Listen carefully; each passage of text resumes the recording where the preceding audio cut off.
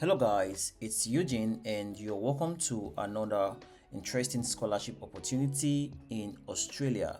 And today we are looking at a fully funded master's and PhD scholarship at RMIT University in Australia. As you can see on the screen, it is a fully funded scholarship and it's going to give you a stipend of 35,888 Australian dollars per year. Also, international candidates in receipt of this scholarship are also awarded an RTP International Tuition Fee Offset Scholarship or RMIT Research International Tuition Fee Scholarship. This means that you are going to get a fully funded scholarship where your tuition fee is going to be covered, as well as receive living stipend of $35,000 every year. That is not all, because this scholarship is also going to cover your relocation grant, because you're going to get relocation allowance, and this can be up to $515 for adults. And if you're relocating with your family, you're also going to get $255 per child. And you can have as much as $1,500 for your relocation allowance. Let's go straight into the eligibility criteria, and then we'll talk about how to apply to the scholarship. The eligibility criteria is as follows. You must have achieved a high distinction in the final 2 years of your qualifying program. So if you are applying for a PhD, your final 2 years for your master's you should have achieved at least 80% or higher. And if you're going for a master's, your bachelor's, the final 2 years of your bachelor's, you must have achieved 80% in your final 2 years. You are also eligible if you have not already completed a graduate research program at the same time or a higher course level. For example, if you are going for a master's by research, then you must not have completed a master's by research or a PhD. And also, you must not have previously gotten an RMIT or Commonwealth funded postgraduate research scholarship. International students also have to meet the English language requirement. So talking about English language requirement, you can see right on this page that you can meet your English requirement in any of the 3 ways. For example, English language proficiency test, or you can also check out English language providers and also recognized qualifications. So if you click on this, you can see the different countries right here. If you have completed your studies in any of these recognized countries, then you meet the English language proficiency requirement of the RMIT University. So it is good that Nigeria is here, and also we have Ghana as well and other African countries. So if you are from these countries, you are good to go. You can search RMIT University English proficiency requirement to check out more information about the language requirement.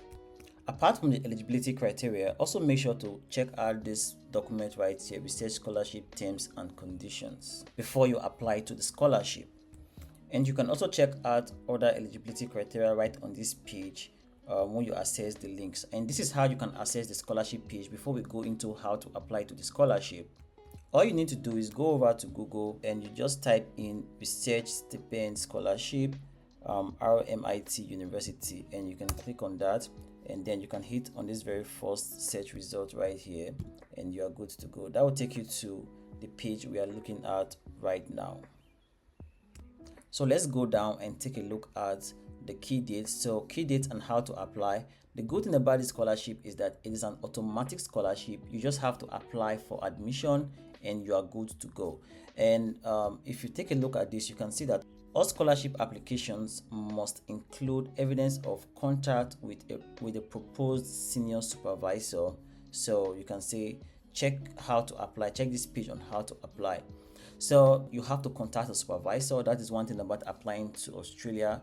You have to contact a supervisor and get an approval from a supervisor before you apply for even admission into any university in Australia. So let's take a look at how to apply page. That will give you all the information you need. So I'm going to click on how to apply right here. And on this page, you can see the steps. The first step is to choose a program. So you can explore the university website and choose a program. And the second step is to identify your research project. And then you have to take a look at the cost and scholarships and then prepare your application. So the 2025 research scholarships are currently open, and successful applicants are expected to commence their studies in March 2025. In addition to the research scholarship, if you would like to be considered for the Vice Chancellor's PhD scholarship, this is just for PhD, then you have to complete this form right here, the Vice Chancellor's PhD scholarship expression of interest form. So you can complete that form at the same time. Down here, you can see the different steps that will help you apply to this scholarship. The first one is to choose your program. So if you click on this drop down menu, you can see the link to browse the programs. So what you want to do is to read up this page, since we cannot do everything in this video, but I'm just going to guide you on what to do. So the first thing you want to do is to browse the programs. Click on this button right here and browse the programs. Choose the program that you would like to apply into and make sure you meet the eligibility criteria of that particular program. The next thing you want to do is to check your eligibility for the scholarship. So let's take a look at this. So for the Masters by Research, you want to meet the minimum requirement for admission to a Masters by Research program. So look at it right here and make sure you meet this requirement. And then for a PhD, you also want to make sure you meet these requirements right here. So once you have done that, the next step is to identify your research project or research area. And this is quite straightforward. You have to read through this information right here. So there's a lot of projects that you can apply into. So you can see right here, we offer diverse range of projects and research areas from the RMIT schools and centers. You can browse the current offerings with this link right here, or you can use the browse research button at the bottom. But before you do that, you must understand that for different colleges and faculties, there's a process to how you can apply. So for the College of Science, Technology, Engineering, Mathematics, you have to register your interest in up to 3 available projects applicable to the program for which you are applying for admission. And you must also submit a statement indicating why you are interested in joining the project you nominate. And for the College of Business and Law, you have to select one research area and submit your own research proposal aligned to that research area. And for the College of Design and Social Contest, that is all social sciences, humanities, and creative arts, you have to select one research area and submit your own research proposal aligned with that research area. What this means is that you have to browse through the available projects, and then you have to identify the ones that you are interested in. And thereafter, as you can see right here, it is expected that you contact the project leaders to discuss your research interest and identify supervisors willing to supervise your research prior to submitting your expression of interest. So browse through the projects, identify the projects that you are interested in, and then contact the project leaders. So I'm going to show you how to do that as well. As you can see down here, it is important to take note of the college and the program code a project belongs to, as this information is important or will be required while completing the expression of interest. And you can only submit one expression of interest at one time. So your expression of interest, depending on the faculty, as I've explained right here, you can choose one, 2 programs, two projects, or just one project depending on the faculty, and you have to include this in your expression of interest. And if you cannot find any project that interests you, you can see right here, you can propose your own research as well. You just need to follow the steps listed out right here. So right now, let's browse through the project. I'm going to click on the projects, and right on this new page, you can see the different projects right here. There are about 1,126 projects, as you can see right here, and that's a lot of projects. And you can browse by keywords. You can also filter by the college, by the school, and also by discipline. So you can do all of that. But however, you can see the different projects and the information about the projects, as well as the discipline, the program code. You have to take note of these things like I mentioned earlier. And you can also see the project or team leader for this particular project right here. Yeah, so there are a lot of them. You can take note of the project. You can search by the keyword of what you are interested in.